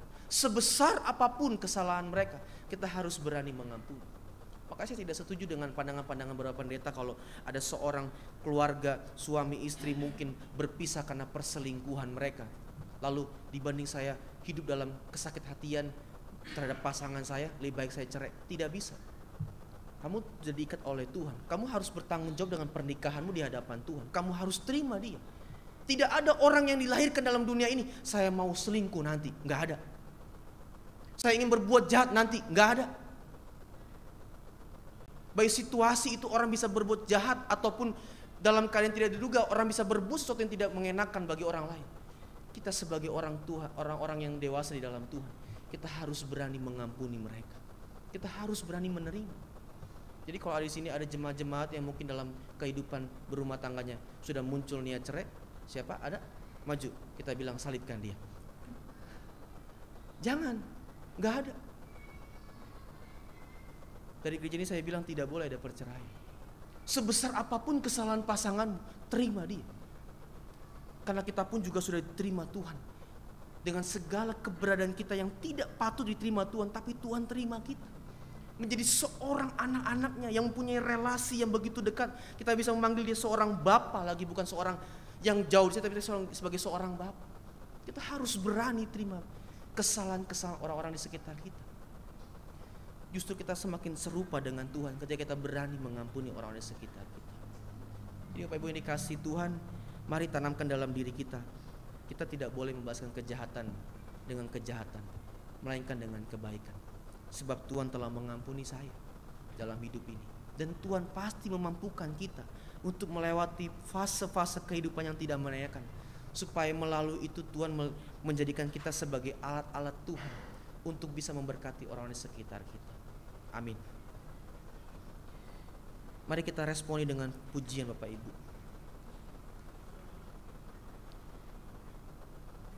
Berdoa dulu. Bapa di surga, terima kasih untuk firman-Mu yang sudah kami renungkan sama-sama pada hari ini. Kami bersyukur untuk firman-Mu yang telah menyapa hati kami, bahkan juga mungkin membentuk hati kami ya Tuhan. Supaya kami semakin hari makin berani mengampuni orang di sekitar kami. Bukan karena kemampuan kami untuk berani mengampuni dan membalaskan kejahatan dengan kebaikan, tapi semata-mata karena kasih Tuhan yang begitu besar telah menerima kami dan mengampuni kesalahan kami yang besar juga. Kami mau belajar untuk bisa menerima dan mengampuni kesalahan-kesalahan yang menyakitkan hati kami oleh karena kesalahan orang-orang di sekitar kami. Terima kasih Tuhan, meteraikan firman-Mu di hati kami, agar firman-Mu ini terus menjadi berkat dalam kehidupan kami, berbuah dalam hidup kami. Di dalam nama Tuhan Yesus, haleluya. Amin.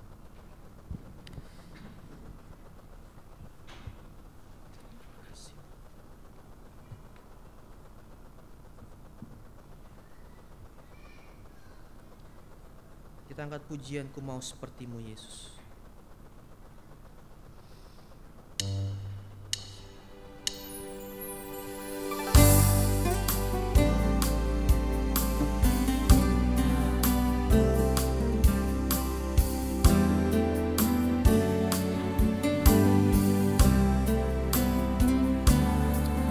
Bagaikan bejana siap dibentuk, demikian hidupku di tangan-Mu.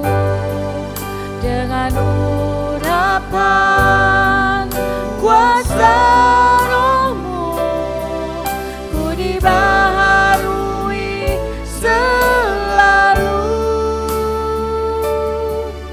Jadikan ku alat dalam rumah-Mu, inilah hidupku di tangan-Mu.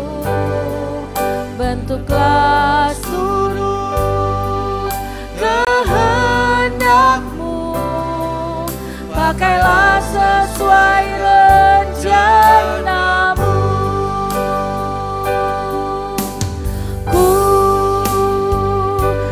Seperti-Mu Yesus, disempurnakan selalu dalam segenap jalanku, memuliakan nama-Mu. Jadikan ku alat, jadikan ku alat dalam rumah-Mu, inilah hidupku di tangan-Mu. Bentuklah seluruh kehendak pakailah sesuai rencana-Mu. Ku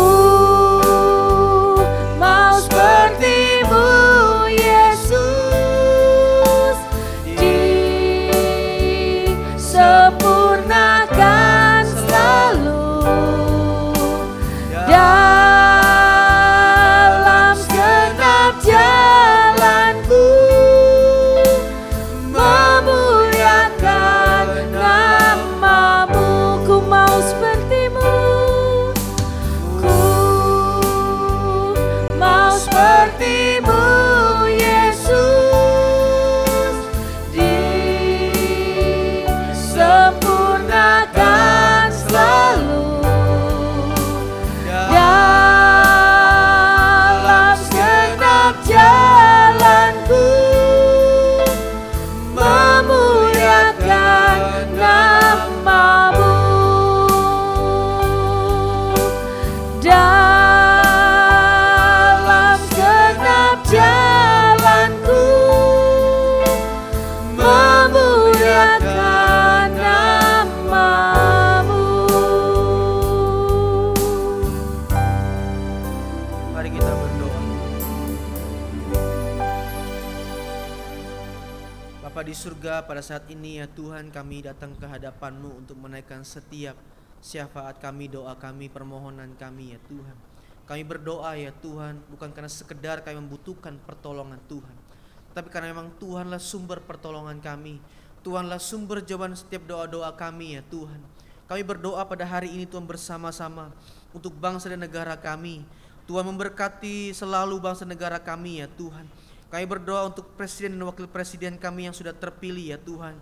Bapak Prabowo Subianto bersama dengan Bapak Gibran ya Tuhan. Di dalam masa-masa transisi ini ya Tuhan, Tuhan Yesus memberkati dengan damai sejahtera Allah, dengan otoritas daripada Tuhan, dengan damai sejahtera Allah ya Tuhan, sehingga fase-fase transisi ini ya Tuhan boleh berjalan dengan baik ya Tuhan. Kami rindu ya Tuhan, pemimpin yang terpilih yang terbaru ya Tuhan. Mereka adalah pemimpin yang mau melayani bangsanya ya Tuhan. Mereka adalah pemimpin yang mau melayani untuk kemajuan bangsanya ya Tuhan. Tuhan tolong juga ya Tuhan untuk presiden terpilih ya Tuhan, untuk bisa meneruskan program-program presiden terdahulu ya Tuhan. Dan kami juga bersyukur bersama-sama ya Tuhan. Kami bersyukur karena perbuatan Tuhan yang ajaib di dalam bangsa negara Indonesia ini ya Tuhan, melalui presiden yang telah Engkau pilih ya Tuhan sebelumnya, Joko Widodo ya Tuhan. Kami bersyukur untuk setiap kemajuan yang signifikan di dalam bangsa ini ya Tuhan. Tidak pernah kami membayangkan seperti apa kemajuan bangsa Indonesia pada masa ini ya Tuhan. Tapi itu semua karena karya-karya Tuhan melalui beliau ya Tuhan. Kami bersyukur, kami berdoa untuk beliau ya Tuhan. Biarlah kesehatan, damai sejahtera Allah juga terus menaungi kehidupannya bersama dengan keluarganya yang ada ya Tuhan. Kami juga berdoa Tuhan, biarlah untuk perdamaian di Ukraina dan Rusia ya Tuhan. Bahkan juga untuk Israel dengan negara-negara Timur Tengah ya Tuhan, yang hari-hari ini kami dengar beritanya sudah begitu menakutkan ya Tuhan. Seakan-akan perdamaian di ujung tanduk ya Tuhan, artinya peperangan akan segera dimulai ya Tuhan. Dan kami berdoa Tuhan, biarlah campur tangan Tuhan, kuasa Tuhan yang maha besar itu mendiami mereka ya Tuhan, bahkan juga melimpahi hati mereka ya Tuhan, supaya dengan hikmat Tuhan juga mereka boleh menempuh jalur-jalur perdamaian ya Tuhan.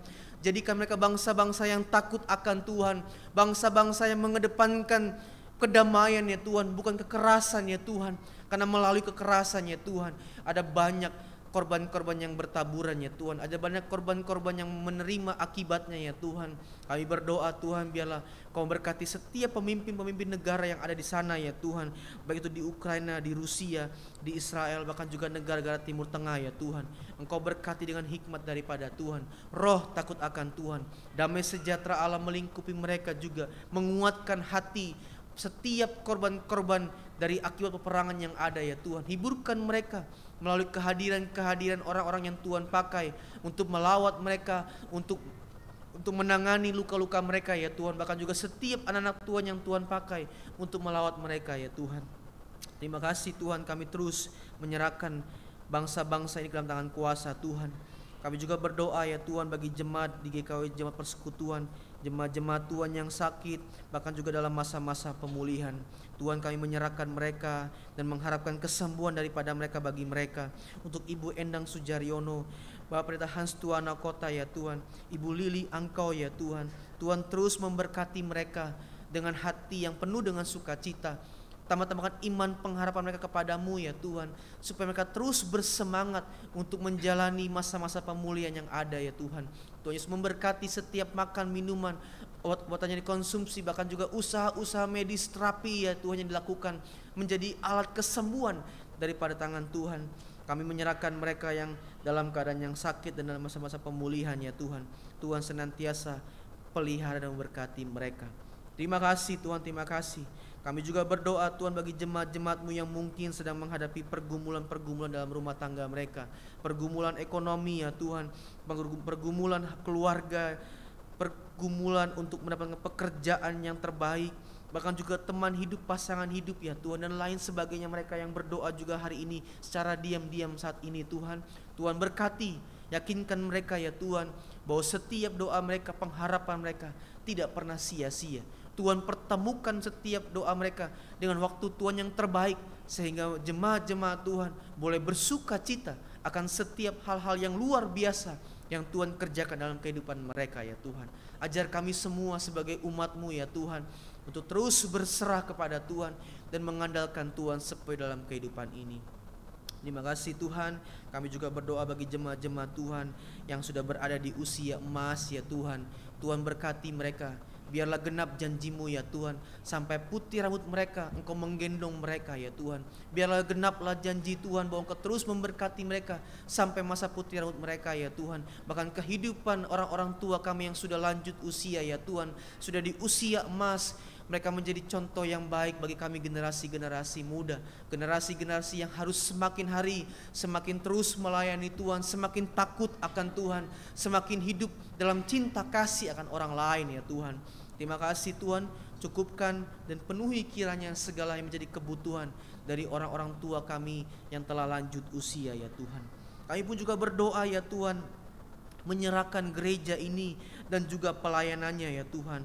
Kami memberkati ya Tuhan untuk setiap para pelayan-pelayan Tuhan yang ada di lingkaran GKI Jemaat Persekutuan, untuk gembala sidang kami Ibu Pendeta Riana Manjadewe ya Tuhan, bersama dengan rekan-rekan majelis yang ada, para aktivis volunteer yang terus melayani Tuhan dalam gereja ini, ambil bagian dalam pelayanan gereja ini. Tuhan terus memberkati dengan kesatuan hati, dengan kerendahan hati, dan biarlah kami semua mempunyai agenda yang sama. Biarlah kami semua bertumbuh di dalam kasih karunia Tuhan, nama Tuhan dipermuliakan. Terima kasih Tuhan. Kami juga berdoa ya Tuhan bagi setiap pengurus-pengurus sinode kami ya Tuhan, yang telah Engkau percayakan mereka untuk menjadi pemimpin bagi kami. Kami memberkati ya Tuhan Ketua Umum kami Bapak Pendeta Ronald Manalu bersama dengan seluruh MPS-nya yang ada, bahkan juga Bapak Pendeta Anton Angkau sebagai Ketua MPP bersama dengan jajarannya yang ada. Tuhan memberkati MPP dan MPS ya Tuhan, untuk terus bergandengan tangan mengerjakan pekerjaan Tuhan untuk kemajuan GKI di dalam Indonesia ini ya Tuhan. Cukupkan segala yang menjadi kebutuhan para hamba-hamba-Mu yang ada di sinode ya Tuhan, sehingga mereka terus bekerja untuk kemuliaan nama Tuhan. Terima kasih Tuhan, terima kasih. Di dalam juga yang berdoa ya Tuhan, untuk jemaat-jemaat-Mu yang berulang tahun, kami bersyukur untuk pemeliharaan Tuhan yang luar biasa bagi jemaat-jemaat-Mu yang berulang tahun di bulan Agustus dan Juli kemarin ya Tuhan. Untuk Saudari Patricia Angelina Kuswanto ya Tuhan 30 Juli, dan Saudara Sugianto 1 Agustus ya Tuhan. Terima kasih untuk berkat pemeliharaan Tuhan yang ajaib dalam kehidupan mereka. Biarlah dalam pertambahan usia ini mereka semakin mengenal Tuhan, semakin dekat dengan Tuhan, dan mereka semakin dipakai Tuhan menjadi berkat untuk banyak orang lain menyaksikan kasih Tuhan yang begitu besar bagi dunia ini. Terima kasih Tuhan, terima kasih. Kami pun juga mau berdoa ya Tuhan bagi lingkungan di sekitar gereja ini. Biarlah damai sejahtera Tuhan, pemimpinan Tuhan, pemeliharaan Tuhan nyata bagi daerah sekitar kami ini ya Tuhan. Biarlah kami juga boleh bergandengan tangan dengan orang-orang di sekitar kami, dengan umat di sebelah kami ya Tuhan. Kami boleh harmonis hidupnya ya Tuhan, untuk bergandengan tangan untuk menciptakan kedamaian, kesejahteraan bagi lingkungan RT 01 RW 06B ya Tuhan, Jakarta Permai. Terima kasih Tuhan, terima kasih.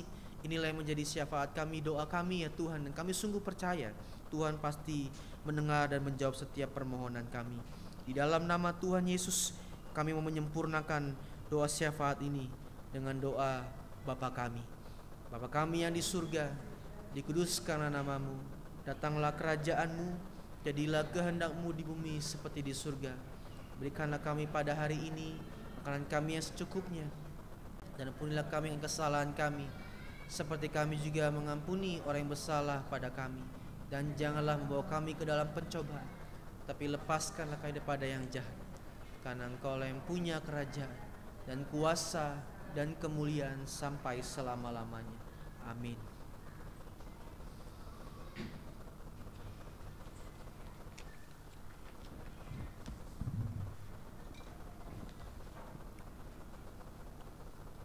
Bapak-bapak dan ibu-ibu sekalian, bersama semua orang percaya di muka bumi ini, di segala waktu dan tempat, marilah kita bangkit berdiri dan mengaku iman menurut pengakuan iman rasuli. Dan biarlah masing-masing kita berkata, aku percaya kepada Allah, Bapa yang Maha Kuasa, Khalik langit dan bumi, dan pada Yesus Kristus anaknya yang tunggal Tuhan kita, yang dikandung daripada Roh Kudus, lahir dari darah Maria, dan menderita di bawah pemerintahan Pontius Pilatus, disalibkan, mati dan dikuburkan, turun ke dalam kerajaan maut, pada hari yang ketiga bangkit pula dari antara orang mati, naik ke surga, duduk di sebelah kanan Allah, Bapa yang Maha Kuasa, dan akan datang dari sana untuk menghakimi orang yang hidup dan yang mati. Aku percaya pada Roh Kudus, gereja yang kudus dan persekutuan orang kudus, pengampunan dosa, kebangkitan daging, dan hidup yang kekal. Marilah kita tutup ibadah kita pada hari ini dengan hidup bertekad terus di dalam iman secara bersama-sama dan terus memelihara kesehatian. Marilah kita memuji Tuhan dengan Tuhan ini tugas kami.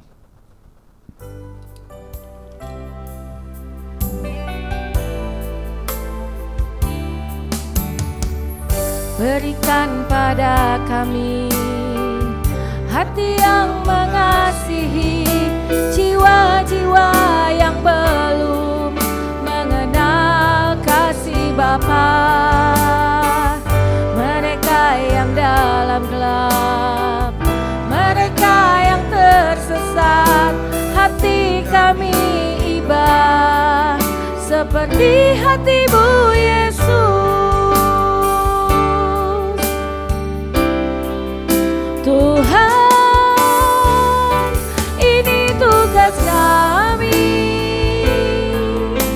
beri keberanian bagi kami. Taruhlah roh yang rela melayani dan menyenangkan hati Tuhan, itu yang kuingini. Kita ulang dari awal. Berikan pada kami hati yang mengasihi jiwa-jiwa yang belum mengenal kasih Bapa. Mereka yang dalam gelap, mereka yang tersesat, hati kami iba seperti hati-Mu Yesus. Tuhan, ini tugas kami,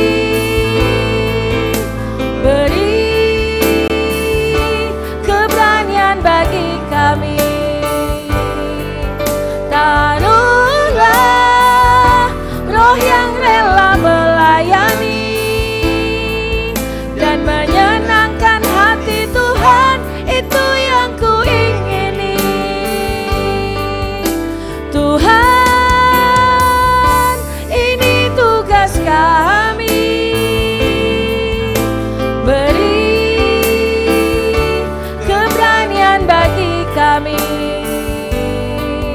Taruhlah roh yang rela melayani dan menyenangkan hati Tuhan, itu yang kuingini. Dan menyenangkan hati Tuhan, itu yang kuingini. Dan menyenangkan hati Tuhan, itu yang kuingini.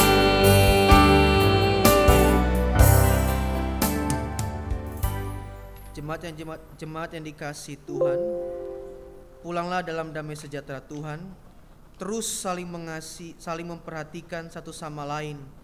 Tetap sehati, bertumbuh di dalam iman pengenalan kepada Tuhan Yesus Kristus Tuhan kita.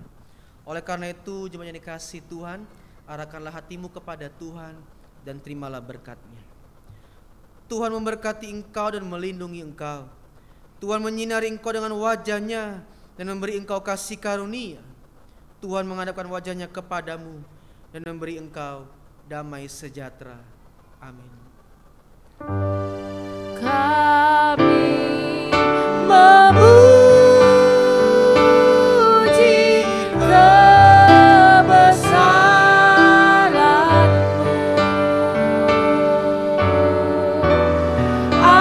ajaib Tuhan, ajaib Tuhan. Kami memuji kebesaran-Mu,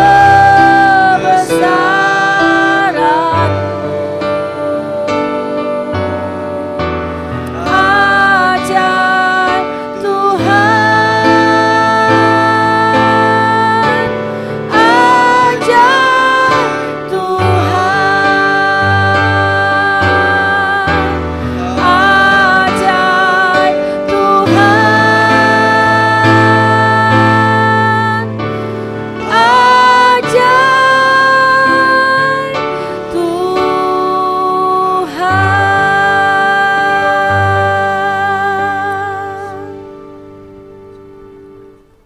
Jemaat dipersilakan duduk untuk saat teduh sebentar.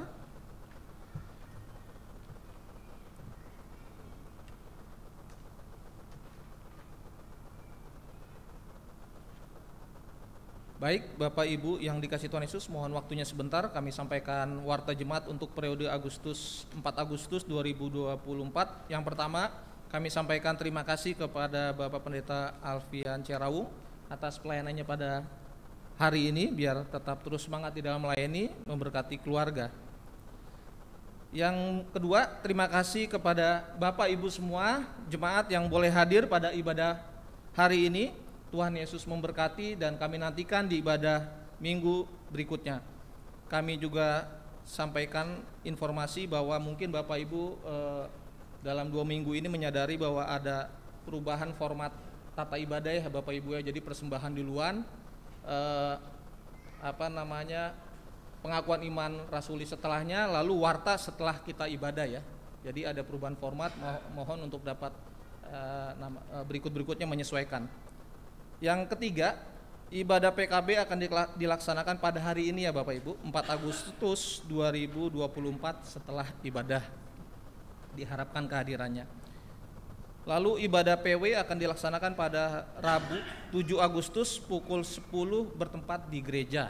Jadi ibadah PW pada hari Rabu 7 Agustus pukul 10 bertempat di gereja. Selanjutnya, para remaja yang berusia antara 12 sampai 17 tahun, yuk mari bergabung dalam ibadah fellowship ya. Ibadah fellowship yang akan dilaksanakan pada hari Sabtu 10 Agustus 2024 jam 4 sore. Jadi onsite ya, yang sebelumnya Jimit ya. Jadi diharapkan untuk boleh hadir ya. Ini fellowship ini Bapak Ibu semua ini salah satu generasi yang kita harus mau peduli.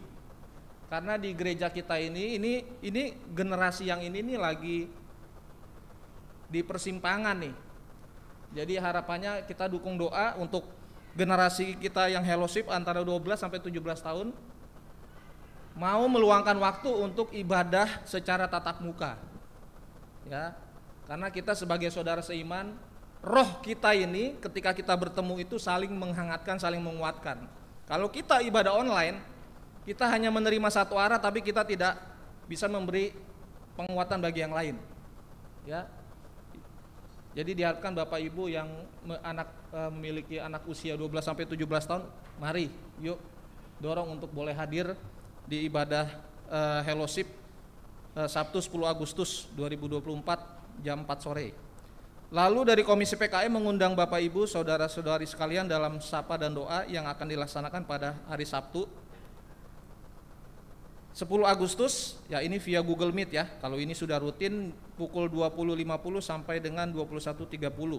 Ya, link akan di-share ke WA grup komunitas. Jadi ini lebih luas lagi ya, Bro Kris ya. Lalu dari Komisi PKM juga akan mengadakan Glamping Day. Jadi Glamping Day ini seperti camping ya, semi camping nih Bapak Ibu nih ya.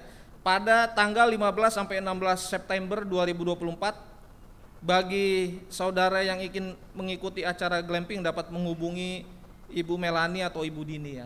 Ini sudah ada beberapa keluarga sih yang sudah jauh-jauh hari berapa bulan untuk nabung lah sedikit-sedikit ya.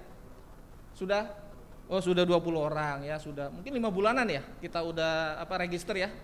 Ya, dari Januari ya sudah daftar ya. Jadi bagi Bapak Ibu yang ingin ikut boleh menghubungi Ibu Melani dan Ibu Dini ya. Lalu dari Komisi PW akan mengadakan ibadah Padang pada 23 Oktober 2024. Bagi ibu-ibu yang ingin mengikuti ibadah Padang tersebut bisa mulai mendaftar, dan Komisi PW berencana membuat seragam.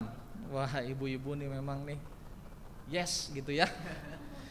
Bagi ibu-ibu dapat mengumpulkan 10.000 per minggu untuk membuat seragam tersebut ya. Kayaknya belum pernah ya atau dulu udah pernah ya. Dana dan pendaftaran dapat menghubungi ke Ibu Heni ya. Jadi bagi ibu-ibu ya ini satu momen juga untuk membangun kebersamaan, saling menguatkan ya.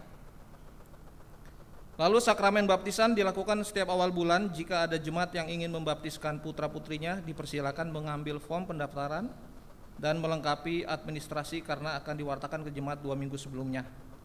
Baik, demikian tambahan warta jemaat. Terima kasih, Tuhan Yesus memberkati. Mari kita boleh bersalaman. Silakan Pak Pendeta.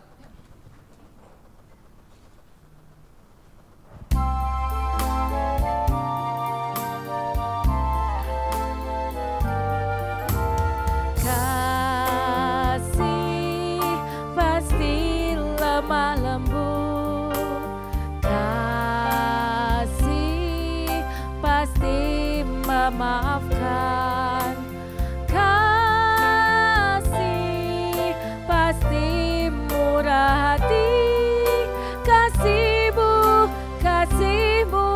Tuhan.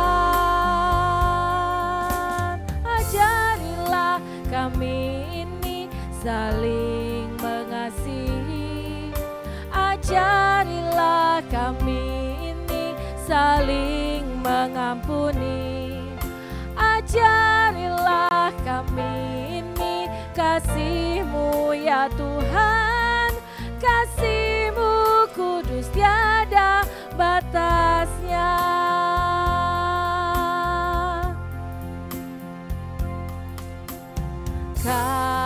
Kasih pasti